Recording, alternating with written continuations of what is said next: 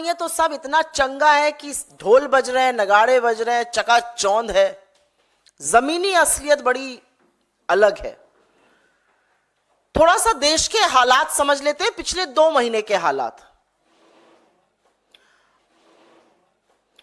आगरा के एक तरुण थे, उनकी नौकरी चली गई, घर चलाने के लिए कुछ छोटा मोटा काम किया, कर्जा लिया, आर्थिक तंगी इस कदर बढ़ गई कि फंदे से लटकती हुई उनकी लाश मिली और पास ही बेटे और मां की भी लाश पड़ी थी।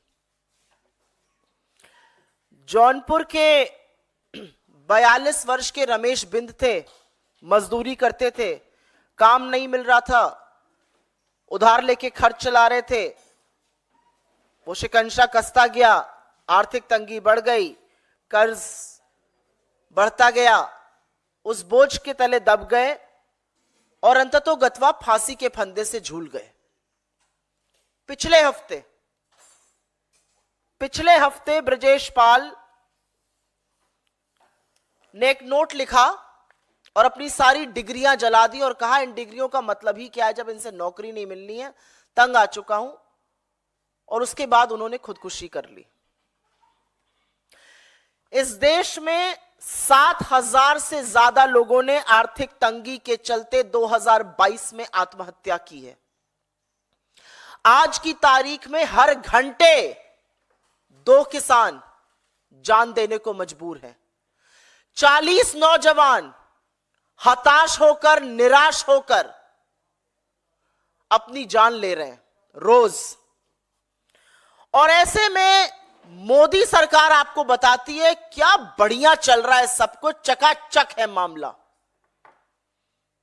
सरकार थोड़ा झूठ बोलती है तो चलिए हजम हो सकता है, लेकिन कुछ बातें ऐसी हैं कि गले के नीचे नहीं उतरती हैं। अब लगातार सरकार का नीति आयोग इस देश को और दुनिया को यह समझाने पर, यह सिद्ध करने पर तुला हुआ है कि नरेंद्र मोदी सरकार ने गरीबी का सफाया कर दिया है। ये जो लोग आत्महत्या कर रहे हैं, ये जो बेरोजगारों पर लाठियां बरसाई जा रही हैं, जो बेरोजगार सड़कों पे उतरे हुए हैं, ये देश के नागरिक थोड़े ही हैं, ये कोई छुट्टे जानवर हैं जो घूम रहे हैं। यही समझाना चाहती है सरकार। इस देश के नीति आयोग ने अब यह सिद्ध करने का बीड़ा उठा लिया है कि देश में गरीबी नहीं है। और एक बिल्कुल चौंकाने वाला आंकड़ा आया है जिसके चलते नीति आयोग ने, एनएसएसओ का यह आंकड़ा आया, उसमें कहा है कि गरीबी 5% पर आकर टिक गई है। 5% पर गरीबी आ गई है, मतलब अब सिर्फ 7 करोड़ लोग गरीब हैं, बाकी माला माल है। और इसीलिए ये जो झूठ है ये गले के नीचे नहीं उतरता है। याद रहे कि 11 साल बाद ये जो उपभोक्ता व्यय, जो कंजम्पशन एक्सपेंडिचर का सर्वे है, 11 साल के अंतराल के बाद आया है। हर 5 साल पे आना होता है। 2017-18 का सर्वे सरकार ने कहा था क्वालिटी नहीं ठीक है, इसलिए विड्रॉ कर लिया गया था। असलियत यह थी कि नोटबंदी और एक फ्लॉड जीएसटी के चलते, गब्बर सिंह टैक्स के चलते वो 40 साल के सबसे निचले स्तर पर पहुंच गया था। तो वो दिखाने की हिम्मत नहीं थी सरकार की, इसलिए दिखाया नहीं गया था। अब चुनावी दौर है, चुनाव से प्रेरित सर्वे खूब दिखाई जाएंगे। उनमें से एक दिखाया गया है, ताल ठोक कर बोला जा रहा है 5% ही अब गरीब इस देश में रह गए हैं। लेकिन अगर इन्हीं की रिपोर्ट आप मान लीजिए, हम चलिए इस रिपोर्ट का खंडन ही नहीं करते, हम इसी रिपोर्ट पर चर्चा करते हैं। इसी रिपोर्ट की बाल की खाल अगर खोलने पे आ जाए तो देखिएगा असलियत क्या है। असलियत यह है कि इस देश के सबसे गरीब 5% लोग अपनी दिन की गुजर बसर सिर्फ और सिर्फ 46 रुपए रोजाना पर कर रहे हैं। उसमें उनका भोजन है, उसमें रोटी, कपड़ा, दवाई, पढ़ाई जैसी चीजें हैं। सिर्फ और सिर्फ 46 रुपए। यह असलियत है अगर इस सर्वे के मुताबिक ही चला जाए। लेकिन सरकार उस सुर्खी को दबाना चाहती है, पर सच की वो ताकत है कि सच उभर कर निकल ही जाता है। यह सर्वे 2 चीजें सिद्ध करता है और अभी आंकड़ों के साथ आपको बता देती हूं क्या। यह सर्वे शहर और देहात के बीच की जो बढ़ती हुई खाई है, एक जो शहरी हिंदुस्तान और जो ग्रामीण हिंदुस्तान है, उसके बीच की जो बढ़ती हुई खाई है, उसको सिद्ध करता है। और यह सर्वे पूरी तरह से अमीरों और गरीबों के बीच में लगातार बढ़ते फासले को, जिसकी बात कांग्रेस पार्टी, जिसकी बात हमारे नेता राहुल गांधी, जिसकी बात हमारे अध्यक्ष श्री खड़गे जी लगातार करते हैं, अमीरों और गरीबों के बीच में बढ़ती हुई असमानता को, बढ़ते हुए फासले पर यह सर्वे, सरकार का यह सर्वे खुद मोहर लगाता है। अभी आपको 2 मिनट में समझा देती हूं कैसे। इस सर्वे के मुताबिक शहर में रहने वाले 5% सबसे अमीर लोग, शहर में रहने वाले 5% सबसे अमीर लोग शहरी में रहने वाले 5% सबसे गरीब लोगों से 10 गुना ज्यादा खर्च करते हैं, 10 गुना। और गांव में रहने वाले 5% सबसे अमीर लोग, गांव में ही रहने वाले 5% सबसे गरीब लोगों से 8 गुना ज्यादा खर्चा करते हैं। एक आंकड़ा आपके सामने रख देती हूं और यह आंकड़ा रखना जरूरी है। इस आंकड़े के मुताबिक ग्रामीण क्षेत्रों में 5% सबसे अमीर 350 रुपया खर्चा कर रहे हैं और उसी ग्रामीण क्षेत्र में सबसे गरीब 46 रुपए खर्चा कर रहा है। शहर में 700 रुपए सबसे अमीर खर्चा अगर कर रहा है तो शहर में सबसे गरीब औसतन 67 रुपए खर्चा कर रहा है। ये जो वी शेप्ड रिकवरी की बात सरकार करती थी, या तो इनको अंग्रेजी का अल्फाबेट वी का मतलब नहीं पता है या ये जानना नहीं चाहते, क्योंकि ये पूरी तरह से जो के शेप्ड रिकवरी होती है वो दिखा रहा है अमीर इस देश का लगातार अमीर होता जा रहा है और गरीब निरंतर गरीब होता जा रहा है। इस आंकड़े के बाद सरकार किस मुंह से कह सकती है कि 5% गरीब है? और साक्ष्य एक के बाद एक उसकी पुष्टि करते हैं। चलिए आपकी बात मान लेते हैं, 5% लोग ही गरीब रह गए। 140 करोड़ की जनता में 5% गरीब मतलब 7 करोड़ लोग। आपको 7 करोड़ लोग अगर गरीब हैं तो 81 करोड़ लोगों को मुफ्त राशन इसलिए देना पड़ रहा है कि अगर आप ना दीजिए तो वो भूखमरी से मर जाएंगे। यह असलियत है और यह असलियत सरकार जानती है। आज अगर 5% ही लोग गरीब हैं, अगर 7 करोड़ ही गरीब हैं, तो 35 करोड़ लोगों के पास आवागमन का कोई साधन क्यों नहीं है? न कार है, न गाड़ी है, न 2 पहिया वाहन है, न साइकिल है। 35 करोड़ लोगों के पास ऐसा कैसे है? और एक आंकड़ा आपकी जानकारी के लिए बता देती हूं, यूपीए के शासनकाल के दौरान 2 पहिया वाहन की जो सेल होती है, जो बिक्री होती है, उसकी वृद्धि की दर 9% थी। और 2 पहिया वाहन कौन खरीदता है? मध्यम वर्ग, निम्न मध्यम वर्ग, गांव देहात के लोग। 9% ग्रोथ रेट थी, वो 0.7% है इस सरकार की औसतन। 2 पहिया वाहन या साबुन, मंजन, तेल, इस तरह की जो एफएमसीजी की वस्तुएं होती है, उसमें जो बिक्री में गिरावट आई है रूरल एरियाज में, वो क्यों आई है? वो क्या सिद्ध करता है? वो ये सिद्ध करता है कि लोग खर्च नहीं कर पा रहे हैं। चलिए 7 करोड़ गरीब हैं, 45 करोड़ लोग ऐसे हैं जिनके पास टीवी नहीं है। क्यों नहीं है भाई टीवी? ये सरकार के आंकड़े, ये हमारा कोई आंकड़ा नहीं है। 7 करोड़ अगर गरीब है तो कैंसिल कर दीजिए सबके राशन कार्ड, लेकिन आप ऐसा करने की हैसियत और हिम्मत नहीं है, क्योंकि गरीबी इस देश में बढ़ी है, गुर्बत इस देश में बढ़ी है। लोग लाचार होकर आज आत्महत्या कर रहे हैं क्योंकि कमर तोड़ महंगाई, बेरोजगारी और आर्थिक असमानता ने जीवन दूभर कर दिया है। ये जिस गरीबी की हम बात कर रहे हैं उसकी पुष्टि सरकार का ही एक आंकड़ा करता है। हम सब बड़े हुए, हम सब लोग मिडिल क्लास के लोग हैं। घर पर यह सिखाया गया कि अगर 100 रुपए कमाओ तो 20-30 रुपए तो बचा ही लो। एक कहावत भी कही जाती है, उतने पांव पसारिए जितनी लंबी चादर है। यही कहा जाता है हर बच्चे को। मुझे लगता है आप में से बैठे हुए लोगों को यही सिखा के बड़ा किया जाता है कि अगर 100 रुपए पास में है तो 20-30 रुपए बचाने की कोशिश करो। और सेविंग हमारा कल्चर है, इसलिए भारत का जो घरेलू सेविंग रेट है, the house hold saving rate, वो जीडीपी का करीब करीब 11% से ऊपर होता था सिर्फ 2 साल पहले। 2 साल में वो गिरकर 5% आ गया जीडीपी के अनुपात में। तो इंसान अपनी सेविंग से कब निकालता है?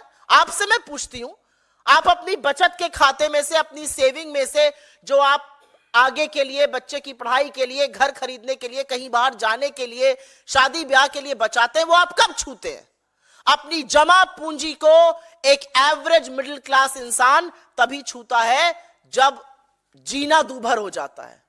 और सेविंग्स रेट का आधे से भी कम हो जाना इस बात की पुष्टि करता है कि लोग जूझ रहे हैं महंगाई से, लोग जूझ रहे हैं आर्थिक असमानता से, लोग जूझ रहे हैं गरीबी से। इस सर्वे में एक और भ्रमित करने वाली बात कही गई और यह बात बतानी यहां पर जरूरी है। यहां पे कहा गया कि 2.5 गुना खर्चे में वृद्धि हुई है, तो वो लोगों की बहुत अच्छी स्थिति दिखाने के लिए कहा गया है। लेकिन असलियत यह है कि सर्वे की एक तो प्रणाली बदल दी गई 2022-23 में, यह प्रणाली बदल दी गई। 10 साल पहले जो प्रणाली थी उसको यूज ही नहीं किया गया, नॉन फूड आइटम को बढ़ा दिया गया। फिर कहा गया कि इसी सर्वे में एक और भ्रमित करने वाली बात कही गई है और उसके बारे में अभी हम आगे बात करते हैं, लेकिन इसका खंडन कर दे। 2.5 गुना क्यों बढ़ा? यही सर्वे आगे कहता है इन्फ्लेशन के नाते लोगों को ज्यादा खर्च करना पड़ रहा है, लोगों की आय नहीं बढ़ रही है।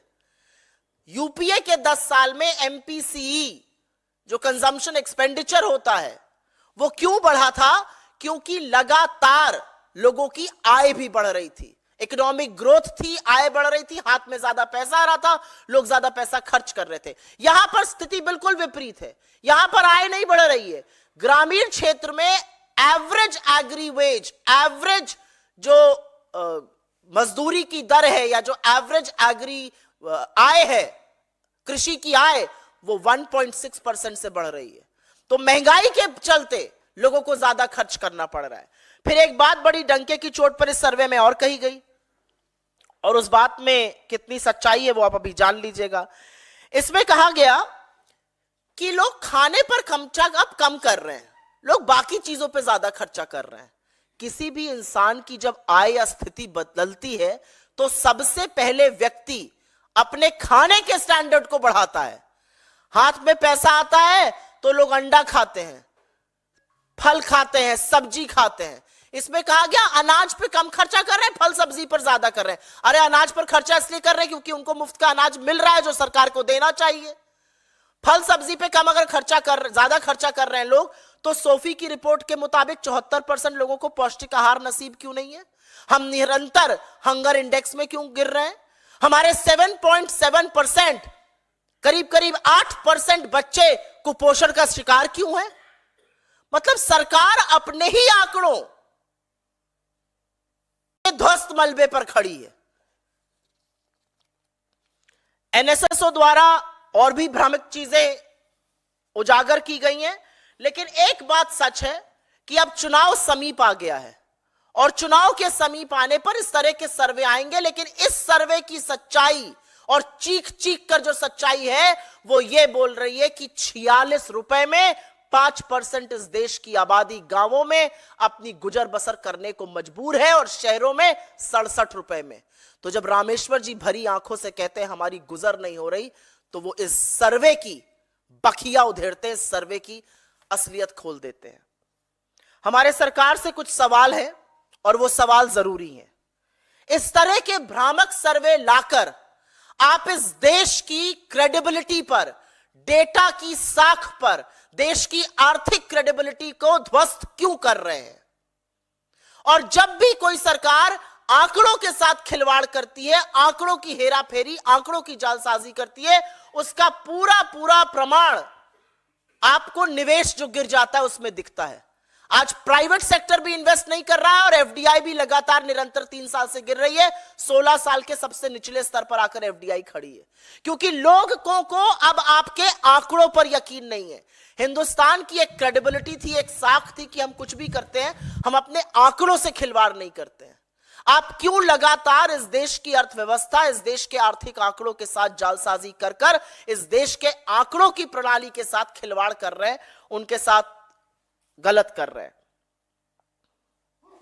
हमारा एक सवाल और है, सरकार अगर 5% गरीबी की बात करती है तो सरकार 46 रुपए प्रति रोज के लोगों के लिए क्या कर रही है?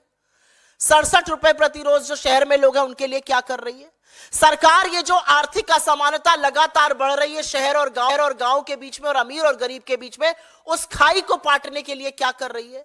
ये सब बड़े वाजिब सवाल हैं और इस सवाल से पूछे जाने चाहिए। सरकार कहती है बहुत बढ़िया चकाचक मामला है, तो आय क्यों नहीं बढ़ रही है? क्या सरकार की कोई एजेंसी ये देखेगी कि अगर आय नहीं बढ़ रही है और खर्च ज्यादा हो रहा है, उसका असर क्या हो रहा है? क्या सरकार की कोई एजेंसी ये देखना चाहती है कि सेविंग रेट क्यों गिर रहा है, लोग अपनी भविष्य की जमा पूंजी से क्यों पैसा निकालने को मजबूर है? सरकार उज्ज्वला का ढिंडोरा पीटती है और असलियत यह है कि ईंधन पर सिर्फ मात्र 1.5% लोग खर्चा कर रहे हैं। और सरकार की नीति आयोग से एक डायरेक्ट सवाल है। आप ही की मल्टी डायमेंशनल पॉवर्टी रिपोर्ट ने कहा था अभी कुछ ही हफ्तों पहले 11% मल्टी डायमेंशनल लोग गरीब हैं। अब आप कह रहे हैं 5% गरीब हैं। जुलाई 2023 में आपने कहा था कि गांव में 20% के लोग गरीब हैं। तो 20% लोग गरीब हैं, 11% लोग गरीब है या 5% लोग गरीब है? क्योंकि यह रिपोर्ट नीति आयोग की 3 रिपोर्टों पर यह आंकड़े आधारित है। तो नीति आयोग में कौन सी रिपोर्ट सच्ची है, इस बात की पुष्टि नीति आयोग सरकार की जरूर करे। और असलियत यह है, अगर विश्लेषकों की माने, तो यह सब इसलिए किया जा रहा है क्योंकि जो महंगाई की लगातार बढ़ती हुई दर है, सीपीआई जो कंज्यूमर प्राइस इंडेक्स है, जो रिटेल इन्फ्लेशन जिसको कहते हैं, जो लगातार 6% से या तो बाहर है या 6% के करीब है, जो 4% होना चाहिए था उसकी सीमा रेखा से लगातार बाहर है, उसमें फेरबदल करने की कोशिशें की जा रही है कि किसी तरह से उसको भी जालसाजी करके नीचे लाया जा सके और फिर टीवी पर बददिमाग प्रवक्ता और मुंह बोले मंत्री पीठ ठोक ठोक कर कहे हम तो महंगाई की दर को नीचे ले आए। और अंत में मैं सिर्फ इतना कहूंगी कि सरकार ने और पीआईबी की प्रेस विज्ञप्ति यह मानती है कि advisory committee national account statistics ने उनके जीडीपी के बेस ईयर को 2017-18 में बदलने का सुझाव क्यों ठुकराया, क्यों वो आंकड़ा छिपाया गया, क्यों वो आंकड़ा नहीं आया, ये बात सरकार बताए। हमारे हिसाब से इस मंच से हमारी एक ही मांग है कि आंकड़ों के साथ जालसाजी और खिलवाड़ बंद कर दीजिए। अपने नैरेटिव के लिए इस देश की आंकड़ों की साख पर प्रहार मत कीजिए। आप ही का आंकड़ा अगर मान ले तो 46 रुपए प्रतिदिन पर 5% इस देश की आबादी गुजर बसर करने को मजबूर है। उसी में खाना, उसी में पढ़ाई, उसी में दवाई, उसी में कपड़ा, उसी में रोटी करने को मजबूर है। उनके बारे में यह सरकार क्या कर रही है? और मैंने कुछ लोगों का नाम लेके यहां पर साक्ष्य दिए थे। अगर सब ठीक है तो ये जो सड़कों पर बेरोजगार घूम रहे हैं इनकी स्थिति क्यों नहीं सुधर रही है? अगर सब ठीक है तो 2 किसान हर घंटे आत्महत्या क्यों कर रहे हैं? अगर सब ठीक है तो 2022 में 7,000 से ज्यादा लोगों ने अपनी जान क्यों ली आर्थिक तंगी के चलते? आपके सवालों का स्वागत है। In the mean time I will very briefly make a statement in English on this. The NITI Aayog has come out with yet another narrative setting report, and they now claim that India's poverty has been reduced to 5%, which essentially means that only 7 crore Indians are poor now.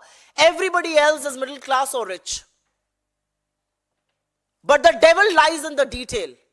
Even if we were to listen to this report, which has come after a gap of 11 years, remember in 2017-18, this report on consumption expenditure was concealed by the government, primarily because consumption had dipped to a 4-decade low. Because of demonetization, because of a flawed GST. And which is why even if we were to go with this report actually tells you a very, very unsettling truth. And that truth is that the divide between the rich and the poor, between urban and rural India is widening with every single passage of a minute. And it's widening and the government is doing nothing. The biggest headline out of this report is that the poorest 5% Indians are forced to live with 46 rupees a day. And that they have to spend on food, on clothing, on transport, on medicine, and on education of their children. It tells you a very unsettling picture between the difference of the poorest 5% and the richest 5%. The poorest 5% and the richest 5% is a gaping hole. The richest 5% in rural areas are spending 8 times more than what the poorest 5% are spending. And in urban areas, the richest 5% are spending 10 times more than what the poorest 5% are spending. How do you explain this? And how do you explain this income inequality against which the Congress party has consistently raised its voice? It's a ticking time bomb. We've been saying this consistently. And data proves your claims bogus. If 7 crore Indians are poor, why are you forced to give free ration to 81 crore Indians? Because if you don't do that, then these people will be pushed to the verge of extreme poverty and extreme malnutrition. If your data is right, why is the savings rate in India falling? From over 11% in 2 years to the GDP to 5% right now. Who draws from their savings? People who cannot afford to live in their present incomes. This data has multiple other wrong claims. It has multiple other wrong assertions. But if there are only 7 crore Indians who are poor, why is it that 35 crore Indians cannot afford a two-wheeler or a car or any mode of transport? Why is it that sale in two-wheelers has dipped to 0.7% from the 9% highs of UPA? Why is it that 45 crore Indians today cannot afford television? There are only 7 crore Indians, according to you, who are poor. Why is it? And according to this report, it says that people are spending less on grains and more on fruits and vegetables. They're spending less on grain because they're getting free ration thanks to the Food Security Act. But the reality is, this does not corroborate with the SOFI report that says 74% Indians cannot afford a nutritious diet. 7.7% of our children are malnourished. India has been consistently dipping on the hunger index. How do you justify those things? And one last thing that I want to say before I conclude here, and that's an important point to assert.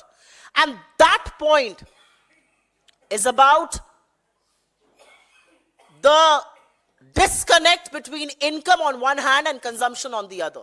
If you compare the period of UPA, the consumption expenditure had gone up on the back of higher incomes, on the back of higher economic growth. Here, income growth is either very low or incomes have gone down. So people are actually forced to spend more because of inflationary pressures and not because they have more money in their hands. And this is government data that I'm quoting.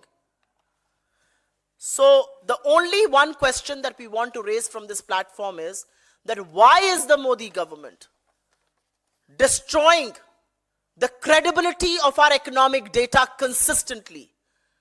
Which data on poverty is right from the Niti Aayog? The 19.28% that was quoted in July 2023, the 11% that was quoted a few weeks back, or this 5%. Look at the three figures that have come out. And which is why the question is, when you destroy economic data's credibility, you stop investments, and that is what is really happening. Why is the government not paying attention to the ever-widening gap between the rich and the poor and between urban and rural India? Why is the government not paying gap to the 46 rupees a day? And that's all that 5% of the poorest Indians have to live their lives daily. And unless we don't answer those questions, ये जो चकाचौंध मोदी सरकार की दिखती है, ये जो ताल ठोक कर झूठ बोला जाता है, ये जो टीवी चैनलों पर चरण वंदन होता है, ये सब बेईमानी है, ये सब झूठा है. We'll ask you for your questions first. On this, please, पहले.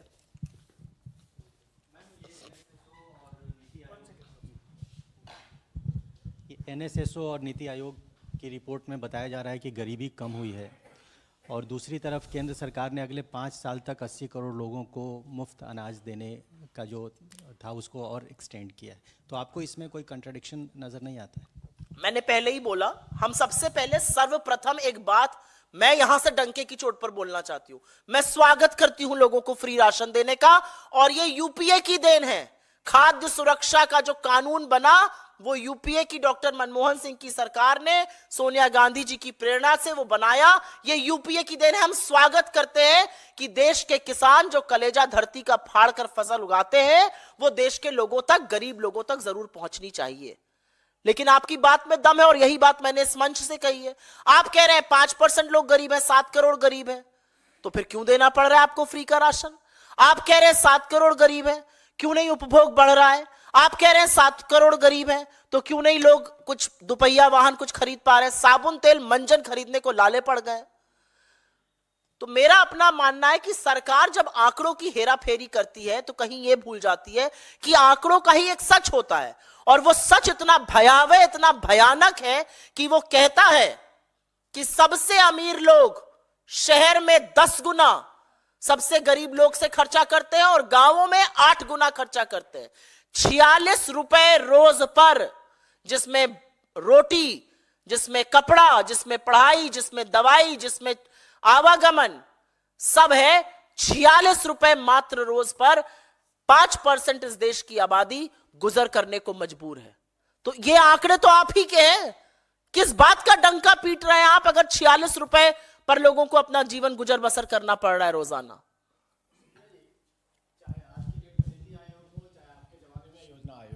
आपको लगता है कि इन संस्थाओं की क्रेडिबिलिटी जो है कहीं ना कहीं हमेशा सवालों के घेरे में रही है? कि 2013 में भी गरीबी को लेकर एक रिपोर्ट आई थी जिस पर बहुत बवाल मचा था, अभी ये रिपोर्ट आई है जिसको लेकर आप लोग सवाल खड़ा करते हो। इस तरह के जो सर्वे करते हैं, चाहे लोग आंकड़े देते हैं, ये कितना विश्वसनीय माना जाए? मेरे लिए ज्यादा दिक्कत की बात यहां पर यह है कि ये जो सर्वे आया है ये एनएसएसओ की रिपोर्ट पर आया है। एनएसएसओ की रिपोर्ट पर नीति निर्माण होता है। जो नेशनल सैंपल सर्वे ऑफिस है उसकी रिपोर्ट पर नीति निर्माण होता है। अगर एनएसएसओ कहता है कि 5% लोग ही गरीब हैं, तो सरकार के जो सार्वजनिक सुरक्षा के जो वेलफेयर स्कीम्स होती हैं वो सारे कार्यक्रम ही बदल जाते हैं। तो मेरे लिए ज्यादा दिक्कत की बात है कि एनएसएसओ के सर्वे का गलत इस्तेमाल करके गलत तरीके से उसको प्रस्तुत किया जा रहा है। और जहां तक क्रेडिबिलिटी की बात है, हमारी सरकार में एक भी आर्थिक आंकड़ा ऐसा नहीं था जिसकी पुष्टि थर्ड पार्टी ने नहीं करी थी। जब हमने कहा कि हमने 27 करोड़ लोगों को गरीबी की सीमा रेखा से निकाला यूपीए के शासनकाल के दौरान, तो इसकी पुष्टि थर्ड पार्टी ने, वर्ल्ड बैंक और आईएमएफ ने की। इनके इन खर्रों की पुष्टि कौन कर रहा है? खुद अपने मुंह मियां मिट्ठू बनकर आपस में मंत्री और नीति आयोग के सीईओ।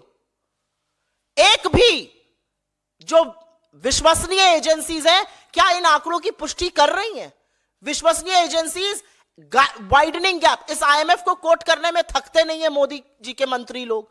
वो क्या कहता है आईएमएफ कि आपके यहां जो बढ़ती हुई निरंतर आर्थिक असमानता है, जो गरीबी है, वो दिक्कत की चीज है। तो मेरा अपना मानना है कि आर्थिक आंकड़ों के साथ खिलवाड़ करके, जालसाजी करके, उसके साथ करतब करके आपको हासिल कुछ नहीं होगा। 2 घंटे का टीवी डिबेट पर चरण वंदन हो जाएगा, 2-4 मियां मिट्ठू ताली बजा लेंगे, पीठ ठोक लेंगे, प्रधानमंत्री वही झूठ जाकर इलेक्शन की रैलीज में, टेलीविजन के कार्यक्रमों में रिपीट करेंगे, और जो समझते हैं इन चीजों को वो हंसेंगे आप पर। लेकिन सबसे ज्यादा आप पर वो गरीब हंस रहा है जिसकी जिंदगी आपने बदतर कर दी है।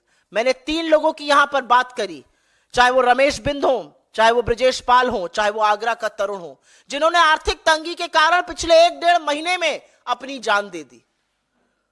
आपके ऊपर हंस नहीं रहे हैं वो लोग जो कि अपनी आत्महत्या कर रहे हैं। आज 1 घंटे में 2 किसान आत्महत्या करता है, रोजाना 40 नौजवान आत्महत्या कर रहे हैं बेरोजगारी के चलते। 2022 में यह सरकार का आंकड़ा है, 7,000 लोगों ने खुदकुशी कर ली।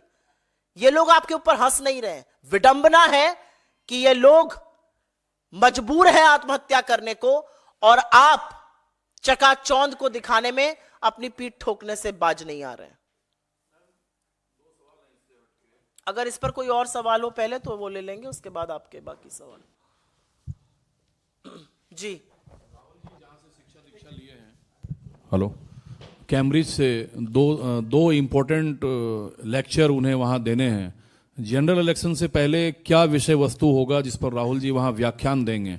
दूसरा सवाल यह है कि सीपीआईएम के विनय विश्वान ने सवाल उठाया है कि राहुल जी को हिंदी हार्टलैंड से चुनाव लड़ना चाहिए, केरला के वायनाड से नहीं, जहाँ के 20 सीटों में से एक भी भाजपा जीत नहीं सकती है, वहाँ राहुल गांधी क्यों चुनाव लड़ने आ रहे हैं? सबसे पहले मैं, आपने कैम्ब्रिज पर सवाल पूछा, उसका जरूर जवाब दूंगी। कैम्ब्रिज यूनिवर्सिटी विश्व के सबसे ख्याति प्राप्त संस्थानों में से एक है। It is one of the oldest educational and one of the most prestigious educational institution in the world. वहां से आइंस्टाइन या नेहरू नहीं, खुद राहुल गांधी जी भी पढ़े हैं।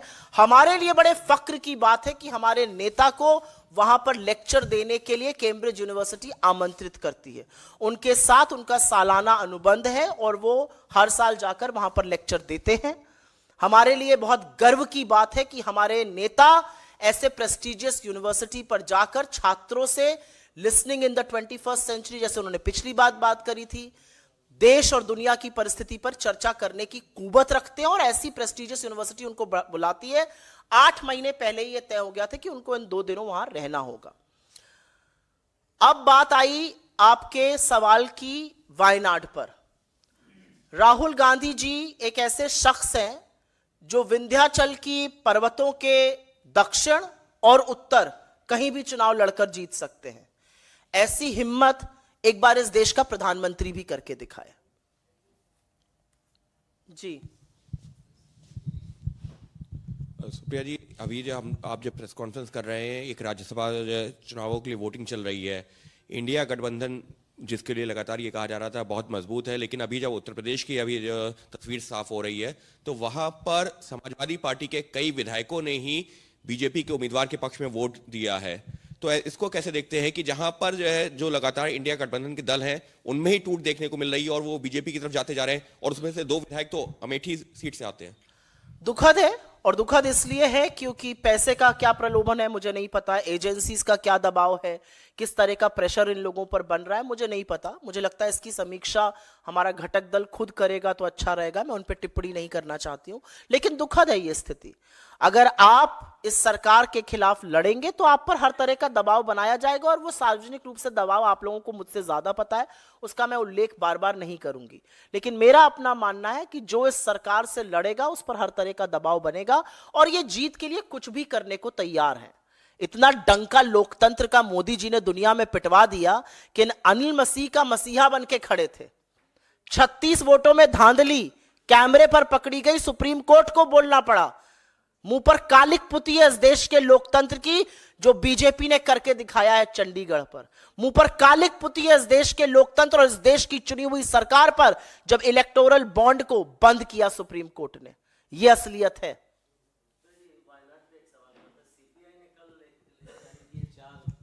कैंडिडेट्स की उसमें वायनाड भी शामिल है। पिछली बार भी सीपीआई के कैंडिडेट्स खड़े थे, लेकिन इस बार इंडिया गठबंधन था। तो क्या आप लोगों के बीच ये सहमति होकर ये सीपीआई ने जारी की है कि आपसे कंसल्ट किया गया? मुझे इस बारे में जानकारी नहीं है, लेकिन मेरा अपना मानना है कि चुनाव लड़ना एक स्वाभाविक प्रक्रिया है। जितना मूल अधिकार चुनाव में वोट देना है उतना मूल अधिकार चुनाव लड़ना है। कोई लड़ना चाहे लड़े, लेकिन राहुल जी की जो लोकप्रियता है उसके चलते कोई वहां से क्यों लड़ना चाहेगा, ये अपने आप में एक सवाल है। Will contest from there. Why not? I said what I did.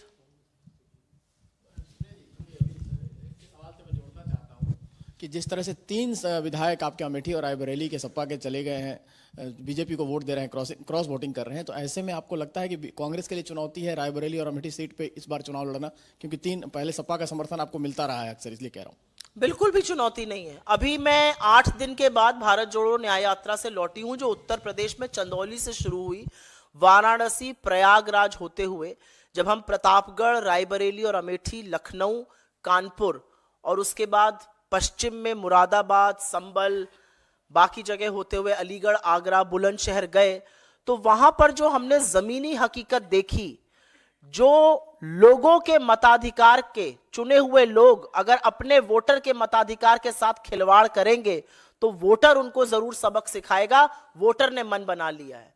जो असीम जन समूह वहां पर उमड़ा, जिस तरह का प्यार और जिस तरह का समर्थन राहुल जी को मिला, जब सपा के राष्ट्रीय अध्यक्ष हमारे साथ आगरा में शामिल हुए, तो जिस तरह का अपार जन सैलाब था, वो खुद दिखाता है कि कितना लोकप्रिय हमारा गठबंधन है और किस तरह से बीजेपी थर्राई हुई है। चुने हुए प्रतिनिधि अंततोगत्वा अपने वोटर के पास ही जाएंगे और ये वोटर उनको सबक सिखाएगा। कोई और सवाल? बहुत धन्यवाद आपका, लेकिन इस बात को जरूर उजागर करिए। सोच लीजिए वो 46 रुपए जो शायद आप टिप में भी देखते हुए आपको झिझक लगती है, आज की तारीख में अगर कहीं खाना खाने जाओ और टिप में 200-250 रुपए से कम दो तो झिझक होती है। 46 रुपए में एक व्यक्ति रोटी, कपड़ा, पढ़ाई और दवाई सब कुछ पर गुजर बसर करने को मजबूर है। तो जो इंडिया शाइनिंग था वो इंडिया शाइनिंग फिर हो रहा है और इसका वही हाल होगा जो 2004 में हुआ था।